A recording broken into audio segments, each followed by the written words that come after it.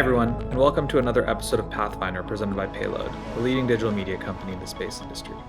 My guest today is Dr. Leon Alkalai, a recently retired technical fellow of NASA JPL, where he spent over 3 decades after getting his PhD at UCLA.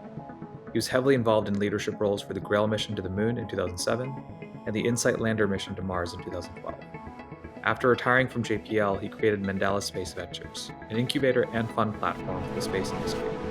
This is a fascinating conversation about both his NASA civilian work as well as his time now as an investor. But first, a word from our sponsors. SpiderOak's Orbit Secure software is designed for hybrid space operators struggling to manage the chaos of securing data flow and access to and from tens of thousands of small satellites in low Earth orbit. Using a unique combination of end-to-end zero-trust encryption and blockchain distributed ledger, Orbit Secure allows your mission to orchestrate and secure Earth-to-orbit, orbit-to-Earth transmission, communication, and storage of sensitive data across even the most complex and unsecure hybrid space environments. To learn how Orbit Secure can bring zero-trust security and resiliency to your zero-gravity environments, check out SpiderOak at www.spideroak.com. Leon, thank you for joining. Really You're welcome. My pleasure. It's great to have you on the show, and I must say, it's not Leon Alkalai, it's Dr. Leon Alkalai. So you did get your PhD from UCLA, so I want to start there. So what is your PhD in? I got my PhD in 1989 in computer science, in particular in a field called computer architecture, how you build computers, computer systems, and so on. Okay, and then talk a little bit about what drove your interest in pursuing that as your doctorate, and then how you ended up at JPL, because you've had a prolific career at JPL. So definitely want to talk a little bit about that. That is actually quite interesting. I don't normally get to talk about this. Thanks for introducing me to that. So I got into UCLA Computer Science Department in '83, got my PhD in '89. And that time at UCLA was in the world, and certainly in California in the US, was extremely exciting, and I think actually laid the foundations of a lot of what is going on today. For example, my best friends were doing their PhDs in AI with Yuda Pearl, in search engines, in new computer architectures, the ARM processor, and so on. A lot of these things were the foundations of this science and technology was laid down in the 80s. The internet certainly goes back even earlier to the 70s, but UCLA played a huge role in the first internet, ARPANET as it was called, between UCLA and DC. So UCLA at the time was really in the forefront of a lot of topics in computer science, AI, natural language processing, machine learning. All of that dates back to the 80s. I went into computer architecture because I had an engineering background. And we actually, as grad students, we would design chips. We would use what is called VLSI, very large scale integration. And a computer architect would have to understand everything from how transistors work to how languages are used by programmers. And I enjoyed that kind of full stack from the hardware to the software. And that's what computer architecture is all about. Well, I have a lot to. Well, we can put a pin on that for now, because I want to come back to it later and see if we have some time to talk about what's happening right now with AI, and obviously there's a lot to unpack there, and how it's affecting the space industry. But let's talk a little bit about so freshly minted PhD, and now what's next? Talk a little bit about. Wow, listen. Another very interesting topic. So UCLA, and I'm sure that happens today in graduate schools, there was a very nice process for anybody who wants to recruit computer science PhDs would go through the graduate student office and sign up. So there was this fellow from JPL, his name is Kim Gostelow, who signed up to interview whoever wants to get interviewed by JPL. In all honesty, Mo, I'm embarrassed to share this with the world. I did not know of JPL before that time. And I was just like, but the funny thing is I knew about Kim Gostelow. He previously was at MIT and then at UC Irvine. And there was something called the Arvind Gostelow machine. which was a computational algorithm. And I read his papers and I knew of him. And so I knew him or his publications, not so much JPL. And then when he interviewed me at UCLA, he described to me one of the projects that NASA was embarking on, which is amazingly exciting. NASA was planning, this is in 1989, looking at high performance computing in space. How can computing, high performance computing, supercomputers, and so on, how that can be used to enable deep space exploration? Now, it certainly helped that I was a sci-fi enthusiast, Arthur C. Clarke and Isaac Asimov and bunch of others.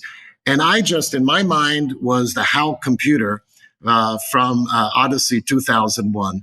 And I just freaked out, in terms of reading lips, from visuals and listening to conversations and AI and consciousness and bunch of topics. So I just hit it off with this Kim Costello. He loved me. He said, basically, you have to come to JPL for an interview. And I, at the time, had bunch of offers from, at the time, Bell Labs and Bellcore, HP, a Japanese company, a bunch of Hughes Research Labs. And I told JPL, if they can match the highest offer of everything I had, that I will take JPL. And Kim Costello later on told me that he had to go through some hoops and get memos signed off. And JPL matched the highest offer I had from any other commercial company out there. And once that happened, I said, yes, I'll accept the offer. And that was in June of 1989. And that's how I got the JPL. And you spent the next 32 years at JPL?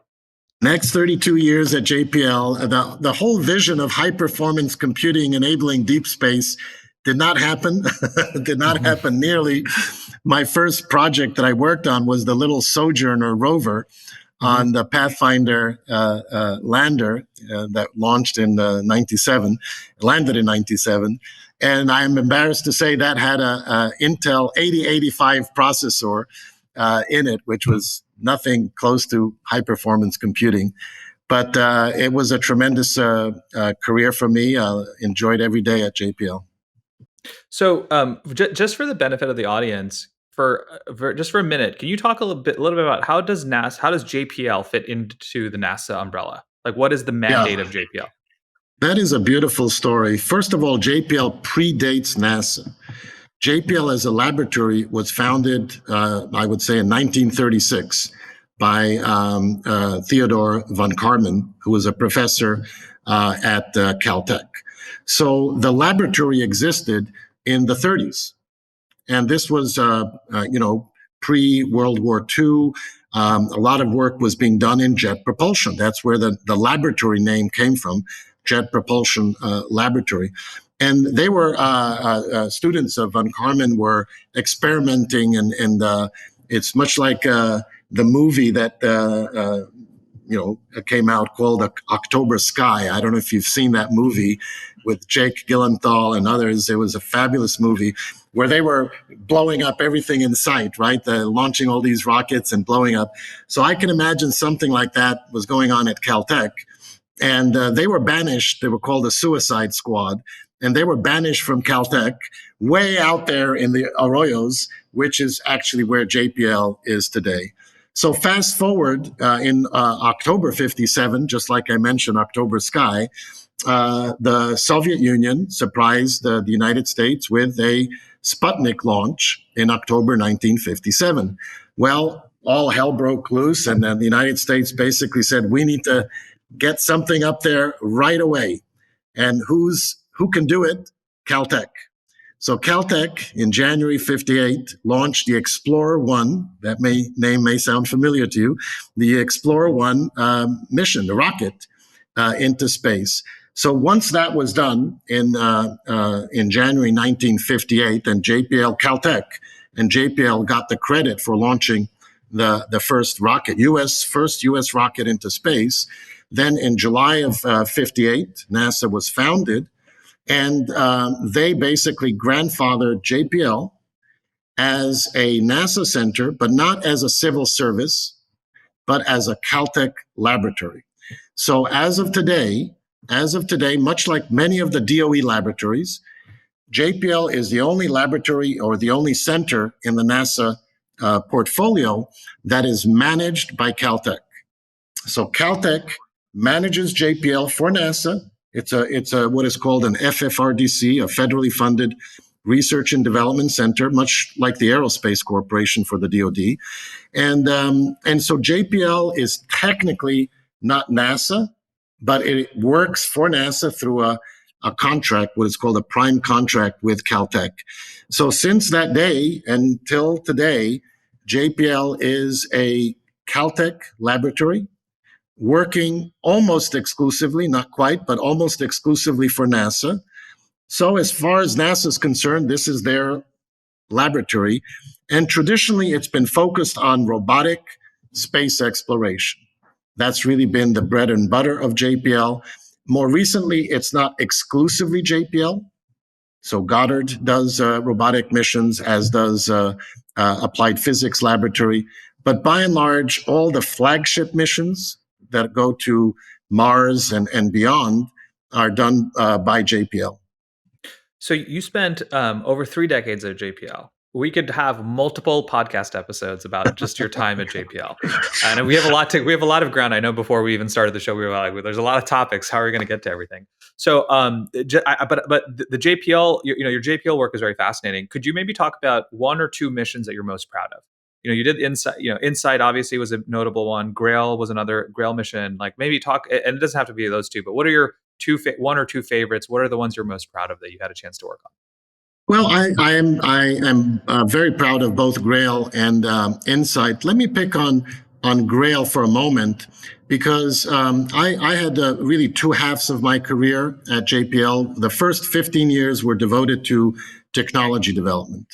I started with computer science, computer architecture, moved into systems on a chip, microsystems, all integrated, small sats. This is before CubeSats.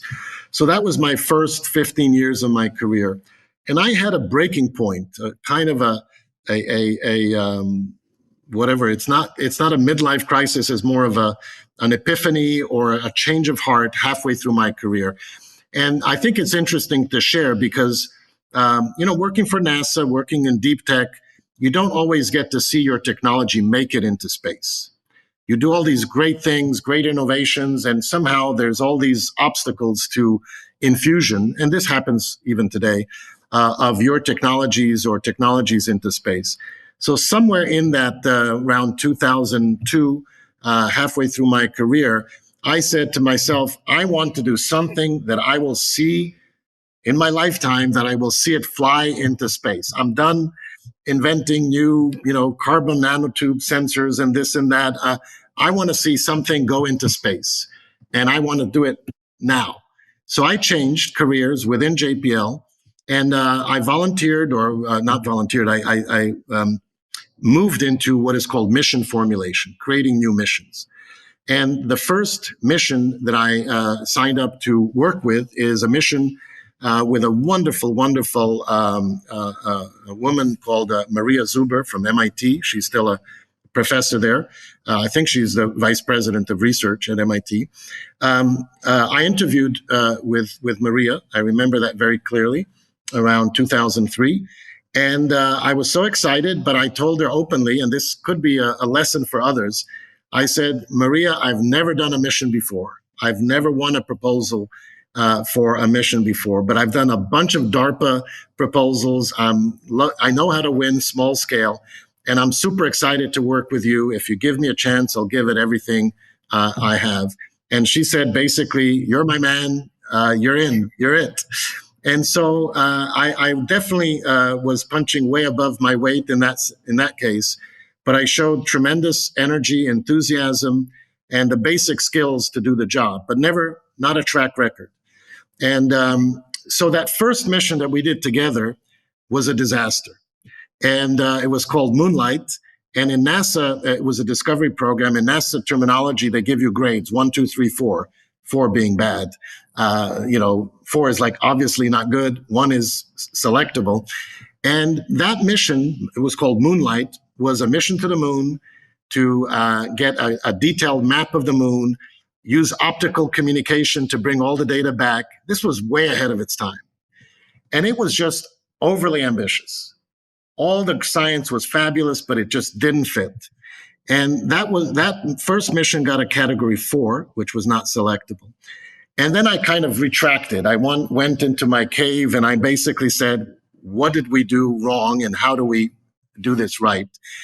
And then Maria called me in the next process about a year or two later saying, Leon, what do you think about resubmitting Moonlight?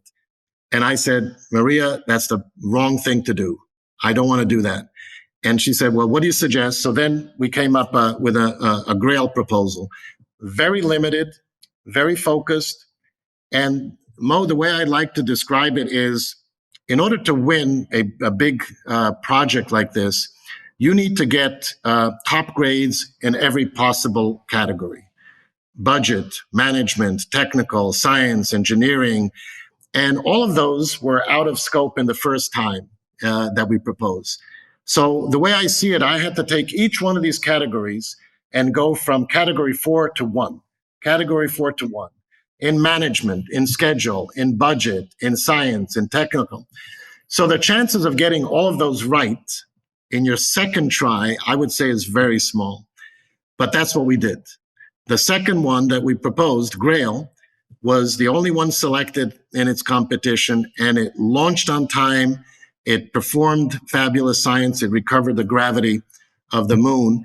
And I'm very proud of that because I think the chances of getting all of those parameters right in one kind of recalibration, I think is rare. And you have to do it kind of in parallel. How do we get the cost right? How do we get the management right? And so on. So I'm very proud of that mission and worked with a project manager, Dave Lehman, Tom Hoffman, great people. And the mission was a great success. It launched on time and under budget. So you did say recovered the gravity of the moon. So I got to ask, what does that mean? Well, that's a very exciting topic. And part of the what I always look to do in some of these projects, unless I get excited about the science, I'm not kind of a career, let's say, capture lead or manager that you just say, hey, here's your next assignment, go and do it. I have to have my heart in it. If I don't, it's not just a job for me. It's all in. It's passion, it's energy, it's emotions. It's got to consume me completely.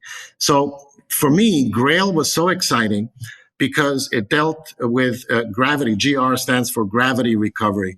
We know the gravity of the moon very well, 1/6 roughly of the gravity of the Earth. But when you measure the gravity instantaneously above the surface of the moon, you can differentiate small gravity changes as you go over certain craters. As the mass in that kind of cone above the moon goes up or down, it's going to pull you closer or further away from the moon. Mm-hmm. And as you measure that kind of ebb and flow or up and down, as the satellite goes around the moon, you can actually measure the mass concentrations, what are called mass cons, on or inside the moon. So gravity recovery refers to recovering or constituting the gravity map of the moon. And that's what we did. By the way, there was a prior mission to that called GRACE. That was a gravity recovery of the Earth. And that was part of the vision that we said, why can't we do GRACE at the moon and turn that into a science mission, which is what we did. And what is recovering the gravity in the way that you've done with the moon? What are sort of the implications for science or exploration and tremendous. Yeah. Not just for science, but exploration. For example, the gravity recovery will tell you about lava tubes on the moon. Lava tubes could be used as shelters for large colonies of people on the moon, because a lava tube, by definition, has an empty space inside. So that means there's lack of mass. So you can detect. You basically look at a surface and you think there's something in there, and if there's not much gravity there, you know that there's a hollow a portion of the moon. So lava tubes are one thing. The other thing is you can differentiate between areas where there's been an asteroid impact, because as an asteroid with maybe an iron core hits the moon, it deposits into that crater a large amount of mass that's heavier than the rest of the moon. So you can basically differentiate mass cons where there are deposits, mass cons where there's volcanic activity. So it's not just science and learning about the interior of the moon and whether it has a core and so on, but it's exploration, it's in situ resource utilization, it's human habitation, it's a lot. Yep. Leon, this is what I was afraid of. I was like, Leon's gonna have you're gonna have a lot of fascinating stories, and we're gonna be 20 minutes into the conversation, and I've gone through one topic in my mind. So, all right, we're gonna take a very quick break because when we get back, I do want to talk about Mandala. So, obviously, post JPL, you're now working on an exciting new project. I want to dive into that, talk a little bit more about that, but just in a second. So, just stay with us. Space is the new frontier for cybersecurity. To quote the commander of the U.S. Space Force's Operations Command, cyber threats are unfortunately the soft underbelly of our global space networks. SpiderOak, the leader in space cybersecurity software, is dedicated to providing space operators with the solutions they need to protect hybrid space systems. Their Orbit Secure software uses a unique combination of end-to-end zero-trust encryption and blockchain distributed ledger, allowing missions to orchestrate and secure Earth-to-orbit, orbit-to-Earth transmission, communication, and storage of sensitive data across even the most complex and unsecure LEO and hybrid space systems. To learn how Orbit Secure can bring zero-trust security and resiliency to your zero-gravity environments, check out SpiderOak at www.spideroak.com.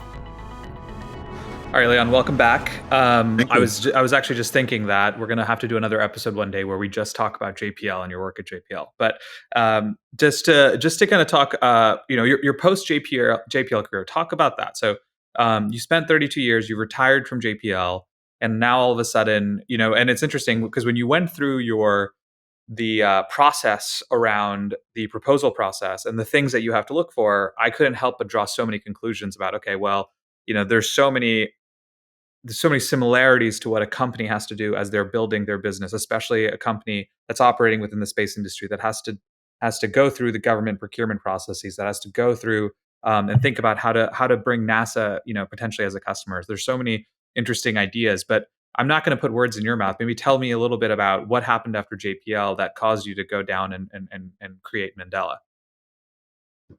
Very good. So I retired from JPL as a technical fellow. I was elected a fellow of the laboratory about 10 years ago. And I just want to put in a little note on that JPL, the process or the group of a technical fellow is a recent development, maybe 15 years or so, and not hasn't been for a long time. And it's a self-elected group based on career accomplishments and also based on the contribution that individuals make to the overall mission of JPL.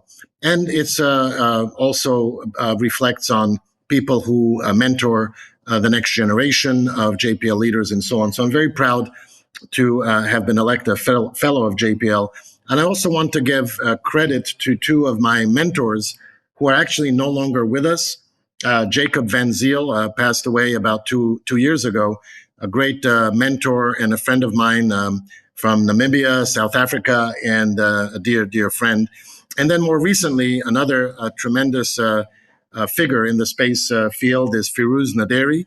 Firuz was my mentor for at least a dozen years, and he very much pushed for me to become a fellow at JPL.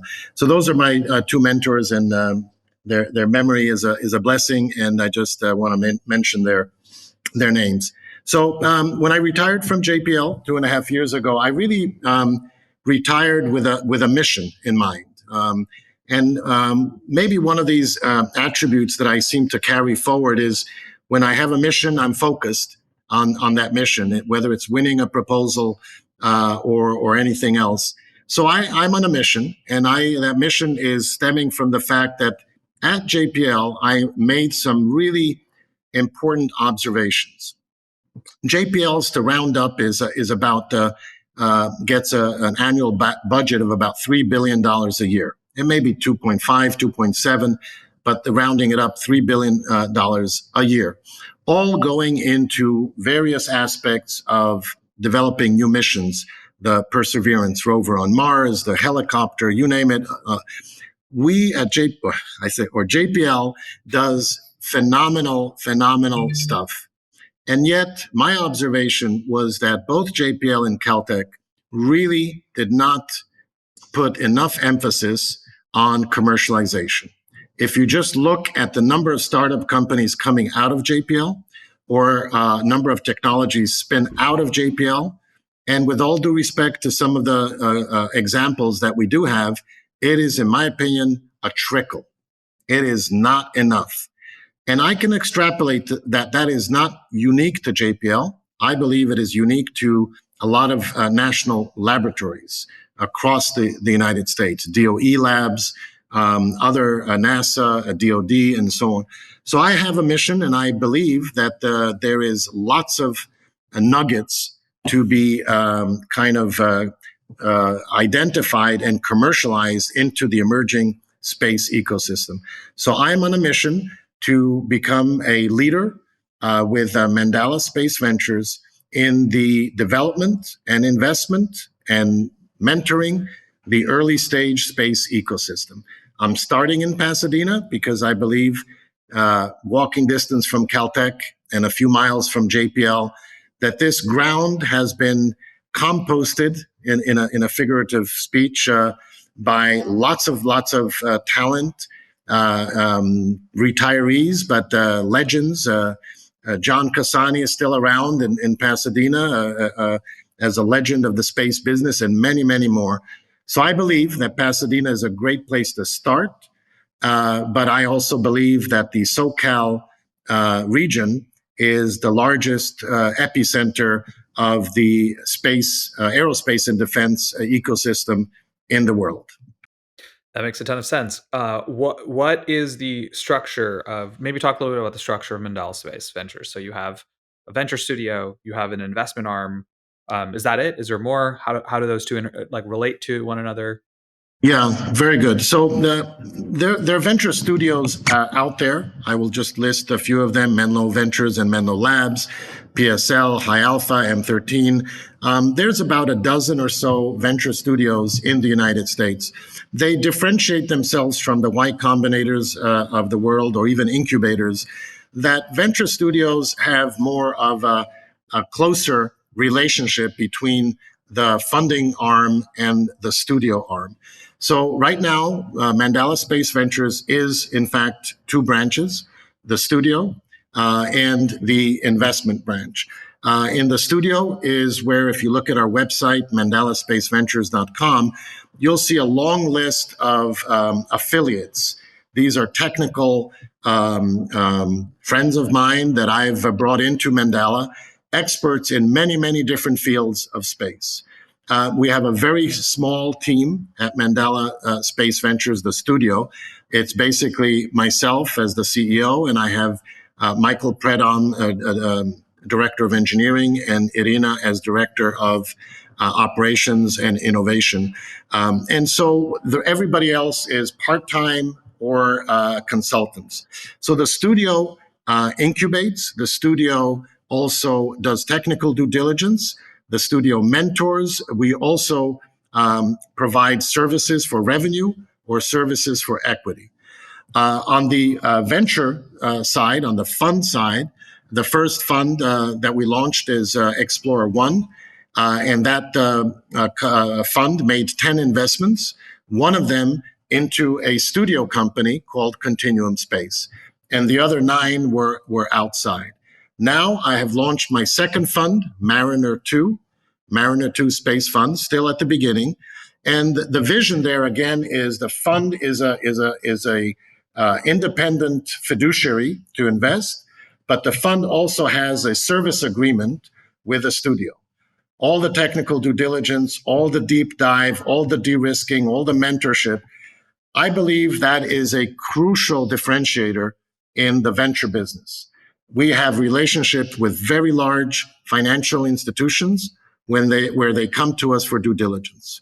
And so that is, I think, a combination that I see as amazingly powerful. We have the best in the space business in the studio, and we have a fiduciary investment branch that is partnered with the studio. Right. And for the non-financial people who oftentimes listen to the show, let's talk a little bit about what fiduciary means, right? Now, as a former banker, I can talk about that, but maybe just talk a little bit about like when you say fiduciary, what do you mean? Well, what I mean, and you most probably could describe it better than me, but what it means is that the fund has investors, limited partners or investors in that fund, and from their point of view, that's all they want to see. They need to see a responsible investment of their money. That's what's referred to as fiduciary, and the studio has its own, let's say, its own interests. And, I love this company and I think this company is great. Sure. So there's got to be a system of checks and balances where the fund says, well, yeah, we think it's a great company, but maybe you bring in a third party to validate that. So we need to make sure that the studio and the fund have checks and balances in place. And we do that by bringing in a third party to price any company coming out of the studio that the fund would invest in. And there are ways to do that. Venture studios do that quite routinely. You build in all these checks and balances between the studio and the fund. So let's put the investment side for a second, because we actually have never had a venture studio on the platform or on the show, I should say. So I want to talk a bit about that. So the studio itself, is it should we think about it more as like an incubator model where, let's just say you and your team of experts come up with something that should exist in the industry. It doesn't exist yet, so then you go out and find a management team and you seed that management team to go out and build that business? Or is it more a model where you have promising startup companies that just need a little bit of help? They need that help structuring, figuring out how to organize their business. Like maybe talk about like the model of the studio itself. Yes. So this is a good question, and the answer is that there are companies that do one or the other. We've decided to do both. In other words, as a studio, we have an opportunity to create a new entity and create a team and raise capital. But as a studio, we're also open to founders. If a founder, somebody comes to our studio and says, I have a great idea, I just am thinking about it. Can I join your studio as an entrepreneur in residence? And can we co-found a company together? The answer is yes. So our model is that we're open to early stage companies to come to us. The negotiations of how much equity do they give and is a matter of comfort level and a matter of advancement. How much have they advanced? If they've already raised some capital, if they've already done a lot of work and they want to come into our studio for further incubation, well, they give up a smaller amount of their equity to get our services. If they're just, dreaming something and we jointly come up with a company, then we're more or less co-founders in the business, and we approach it as co-founders. And then I'll give you an example. Our studio recently launched a new company called Sophia Space. Sophia Space was started off by a friend of mine from JPL, a fellow, John Brophy, who approached me from JPL and said, hey, let's work on this idea together of data centers in space. That was about 2 years ago. We actually wrote a proposal that JPL funded. So JPL put in some money on their end. They didn't fund Mandala at all. We put in money on the Mandala side. We brought in Caltech, and together we launched a company called Sophia Space. And that is, how do you put data centers from Earth into space? And JPL just recently filed a provisional patent on that topic. So that's an example where we created a company from scratch Right. in the studio. So if I'm a founder listening right now, how should I think about ways to utilize Mandala, right? At what point, what are the things that you are, there's a lot of things that I know you're good at, but, realistically, I'm sure the team isn't, the team you mentioned isn't, hundreds of people, right? So you're limited by That's the right. amount of time and efforts that you can put into any company. So where are you spending most of your time? Where are you adding the most value to businesses? Yeah, so I have to maybe answer a little bit deeper in this in your question. I don't, as a studio, Mandala doesn't invest in everything. We're completely in space, but I have a selection criteria, a certain philosophy, and it is on one hand flexible and on one hand rigid. Where it's flexible is on the verticals. I don't care if it's a launch vehicle, if it's orbital debris mitigation, or anything to do with space, or even if it's space applications on Earth. All of those are good for me. Where I'm a little bit more rigid for now is I want to spend time on those companies where our studio can make unique contributions. So I'm not looking for this to be simply a financial, yes, this company is great, let's put a few hundred K into company XYZ and that's it. I look for companies where myself and my team can uniquely add value. To me, that's the best thing I can do, because if we're helping this company, we're basically looking after our own investment. So that's my criteria.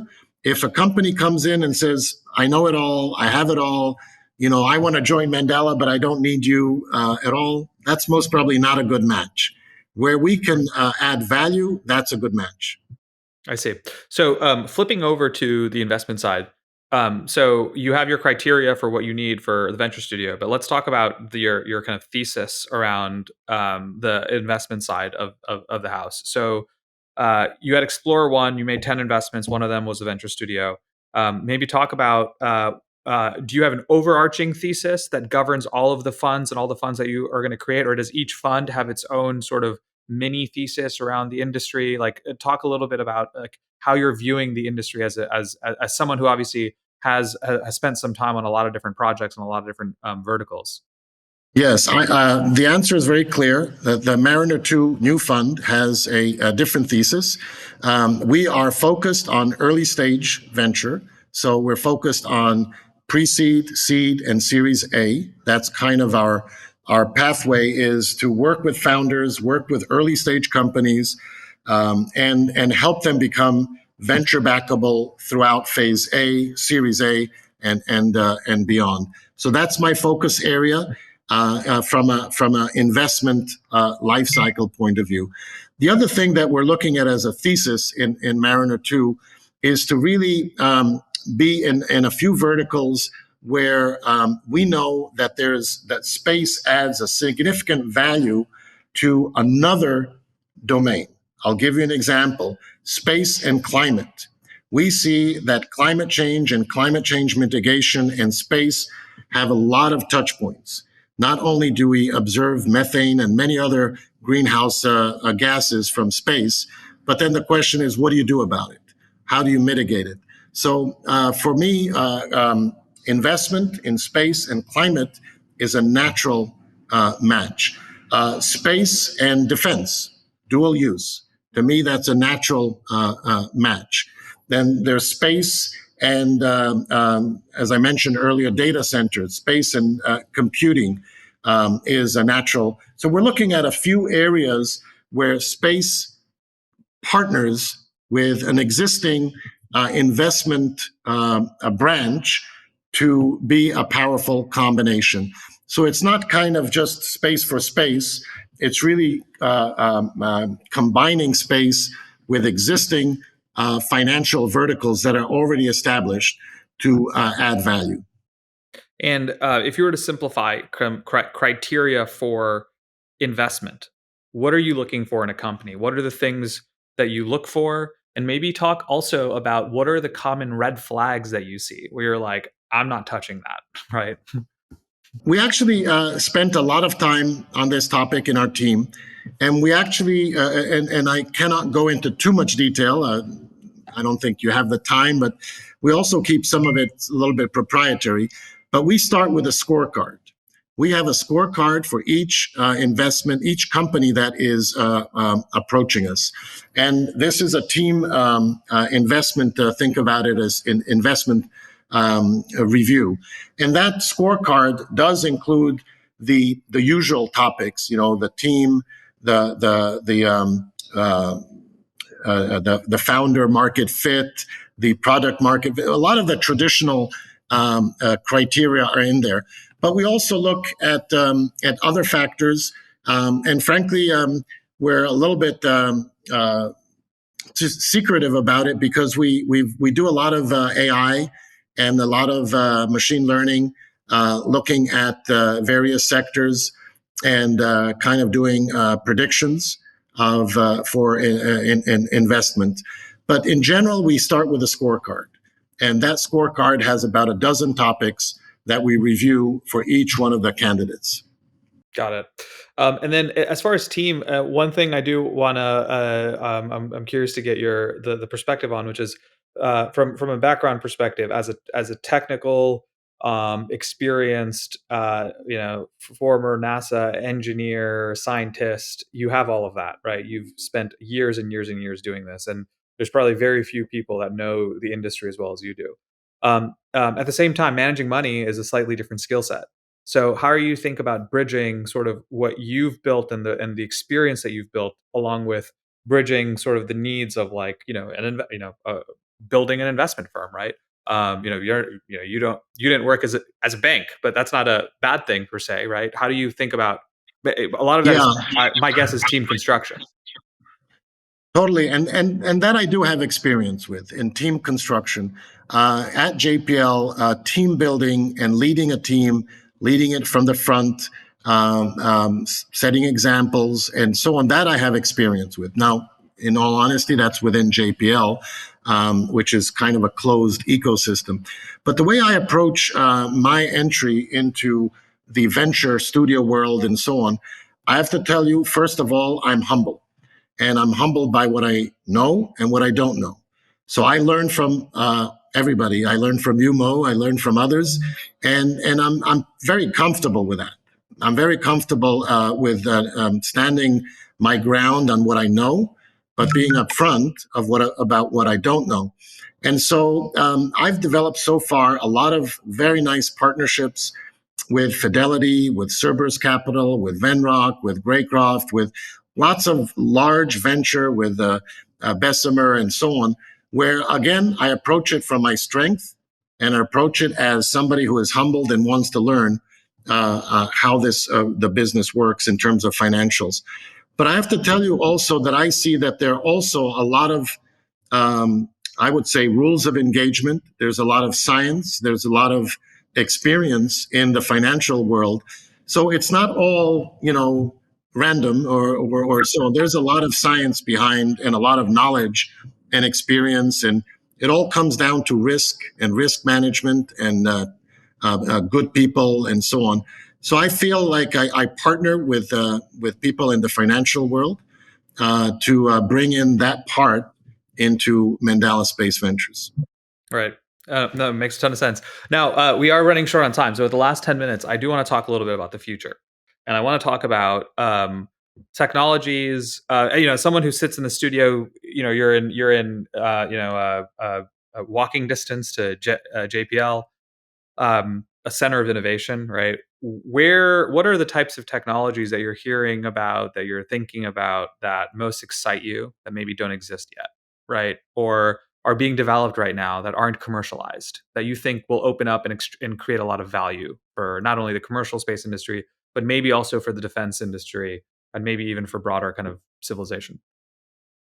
So there are a few areas that I'm very excited about, and I have my eyes on going forward. And I think your audience would most probably really appreciate it because it's not.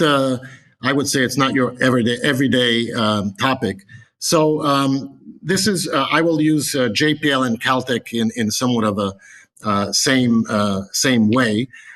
So there is work going on in the area of nuclear fusion propulsion. Hmm. So not fission, not nuclear thermal, which are been around for decades, many decades, but fusion. Fusion is happening. It's going to happen.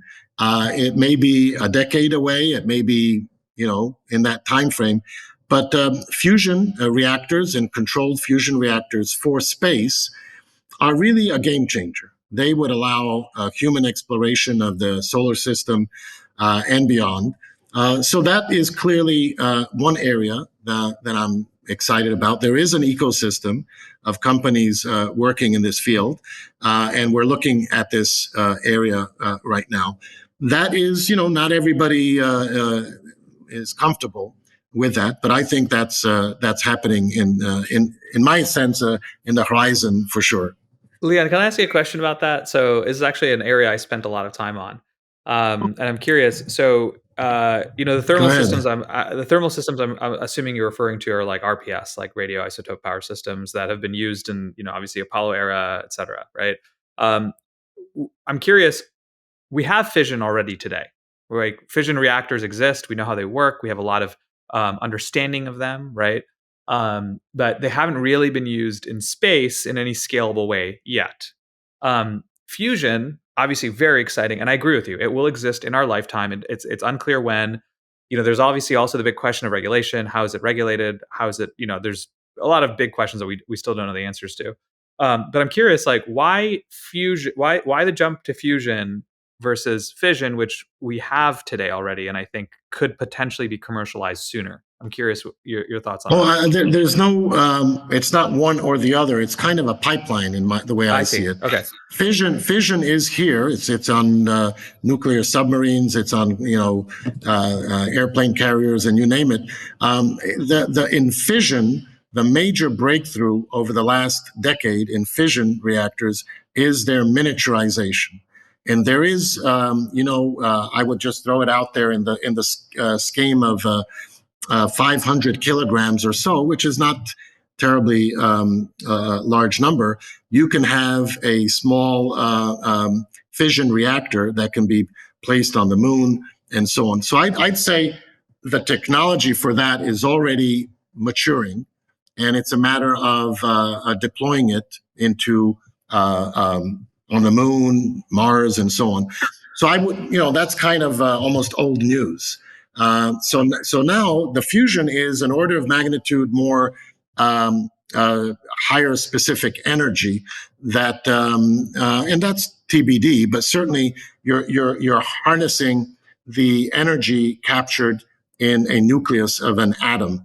And so that energy has been locked in from it's either from the sun or from the Big Bang, but it's locked in since the beginning of time.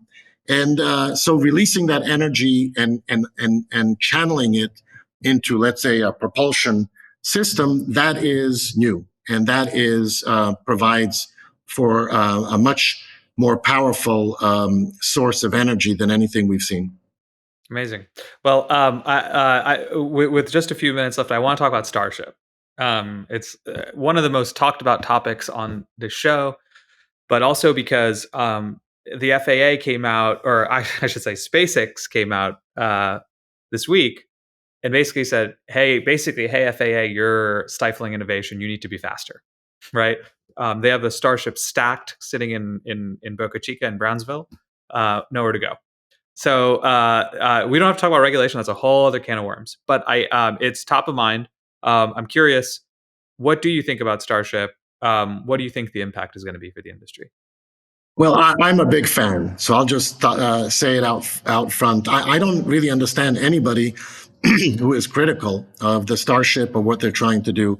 I remember I was in an elevator during the last space symposium in Colorado Springs, where the Starship was not, did not succeed to fully deploy, but it did make it a certain amount. And I thought I came into the meeting, into the conference, thinking this was fabulous. This was success.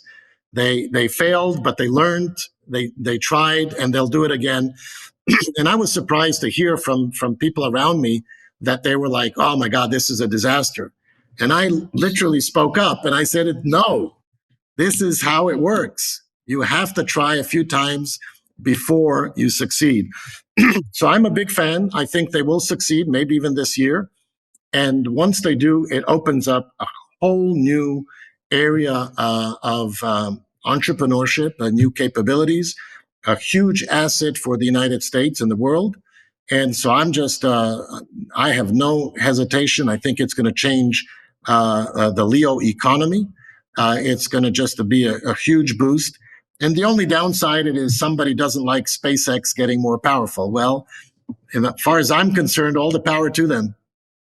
Do you think NASA is acknowledging the value and power of Starship as much as they should be, or could be? I maybe because I worked there for so many years, I give a lot of credit to NASA to that NASA put SpaceX into business, in my opinion. I don't know if you remember, just 2 weeks ago or so, I interviewed Hans Koenigsmann on my webcast a couple of weeks ago, and we talked about the role that NASA played in SpaceX. And he acknowledges that without NASA, not just from a money point of view, but a partnership, SpaceX would not be where it is today. And so NASA plays a big role. NASA is somewhat maybe protective of the SLS because, frankly, if all the launch vehicles were in the commercial domain, that has its own risks. It has its own liabilities. So for the U.S. government to have its own, call it indigenous launch vehicle capability, the SLS, I think it's a good thing. I don't think it takes away from the Starship. So that's my view. Great. Well, Leon, we're just out of time. It was a pleasure having you. We definitely need a part two, so we're gonna have to schedule Okay. that soon. This is a lot. I have lots more to talk about. I had like 5 topics on my mental list, and we got through maybe 2 of them, and even those 2 we didn't really we barely covered. So a lot to talk about. But Leon, thank you. I really appreciate you being on the show. It was a pleasure having you, and excited to have you back. Thank you, Mo. Thank you. Talk to you soon.